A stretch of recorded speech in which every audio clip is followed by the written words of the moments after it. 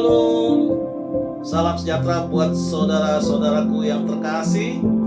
Kita berjumpa kembali di dalam renungan pagi. Saudara-saudari sekalian, marilah kita mendengar firman Tuhan. Sebelum mendengar firman Tuhan, marilah kita bersama-sama berdoa terlebih dahulu. Bapa kami yang di surga, Bapa yang kami kenal, di dalam nama Tuhan Yesus, kami mengucapkan terima kasih atas berkat dan kasih sayang Tuhan di pagi hari ini. Dan boleh kami bangun di pagi hari ini di dalam kondisi sehat, jasmani dan rohani kami. Tuhan yang baik, kami mau mendengar firman-Mu di pagi hari ini. Bukakan hati pikiran kami agar kami mengerti isi firman Tuhan dan melakukannya. Terimalah doa dan sembah kami ini di dalam nama Tuhan Yesus Kristus. Amin.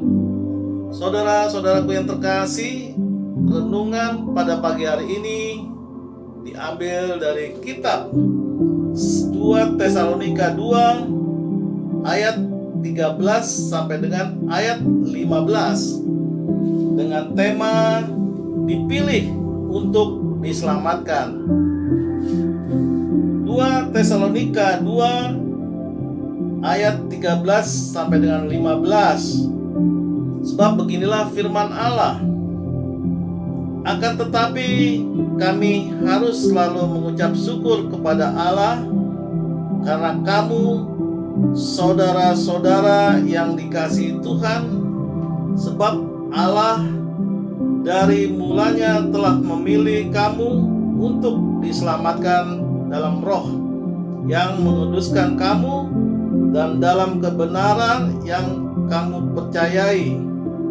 Untuk itulah Ia telah memanggil kamu oleh Injil yang kami beritakan, sehingga kamu boleh memperoleh kemuliaan Yesus Kristus Tuhan kita.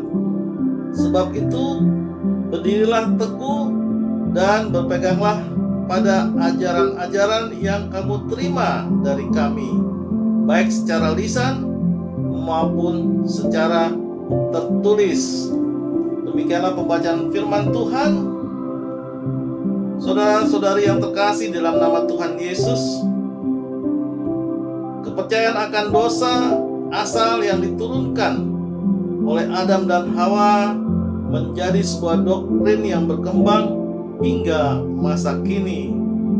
Oleh karena itu, setiap manusia yang baru lahir dalam Kristus harus dibaptis dalam nama Bapa, Anak, dan Roh Kudus.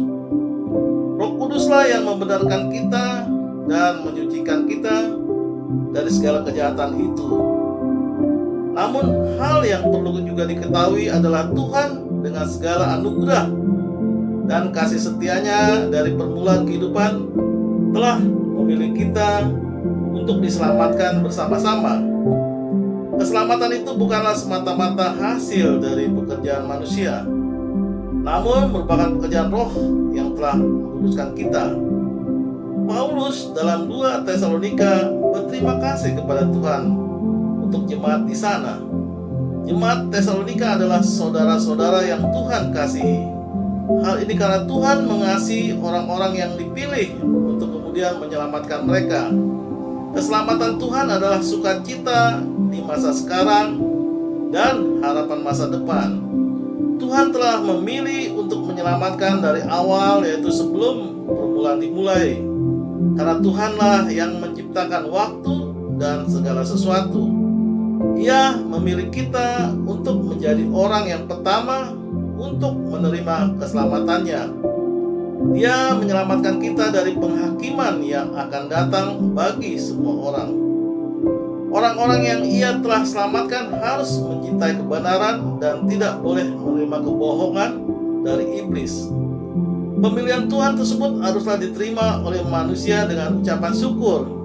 Namun, bagaimana manusia itu bisa menerimanya tanpa adanya pemberitaan Injil? Hal ini menunjukkan bahwa pekerjaan roh itu menjadi nyata ketika para pemberita Injil dengan kesediaannya memberitakan Injil itu, memberitakan berita keselamatan bahwa Tuhan telah memilih manusia pada permulaan. Namun ada saja manusia yang menolak undangan menuju keselamatan itu. Oleh karena itulah keselamatan itu disebut dengan kemuliaan Yesus Kristus, yang pada akhirnya tidak semua manusia beroleh kemuliaan. Dalam 2 Tesalonika pasal 14 terlihat bahwa Paulus, Silas, dan Timotius memberitakan Injil Kristus kepada jemaat di Tesalonika. Tuhan memanggil jemaat Tesalonika dengan cara ini.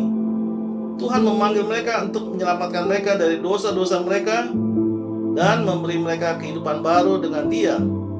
Merupakan keinginan Tuhan bahwa mereka harus mendapatkan kemuliaan. Merupakan keinginan Tuhan bahwa mereka harus berbagi dalam kemuliaan yang dimiliki Tuhan Yesus. Mereka tidak akan mendapatkan keselamatan ini jika Tuhan tidak melakukan itu semua atas nama mereka. Ketika Paulus, Silas, dan Timotius berada di Tesalonika, mereka mengajarkan jemaat tentang Kristus dan tentang iman Kristen secara lisan. Namun setelah Paulus dan teman-temannya meninggalkan Tesalonika, mereka kemudian menulis surat kepada mereka. Dalam suratnya yang pertama kepada jemaat di Tesalonika, Paulus mengajarkan jemaat tentang banyak hal. Melalui surat itu, jemaat Tesalonika diharapkan agar tetap percaya apa yang telah diajarkan oleh Paulus, yaitu kebenaran iman Kristen. Dunia tempat di mana kita tinggal kini memiliki banyak ajaran-ajaran yang berkembang, baik yang sesuai dengan ajaran-ajaran kekristenan atau malahan ajaran yang mencoba menyesatkan. Oleh karena itu, Paulus dalam suratnya berusaha membujuk kita untuk berdiri dan berpegang teguh hanya pada ajaran-ajaran yang diterima oleh mereka dari Paulus, baik secara lisan maupun dari ajaran yang tertulis. Zaman sekarang terdapat banyak guru-guru palsu. Beberapa bahkan mengatakan bahwa mereka memiliki otoritas Kristus untuk apa yang mereka ajarkan. Kita harus menolak semua yang palsu. Kita harus berpegang pada apa yang benar.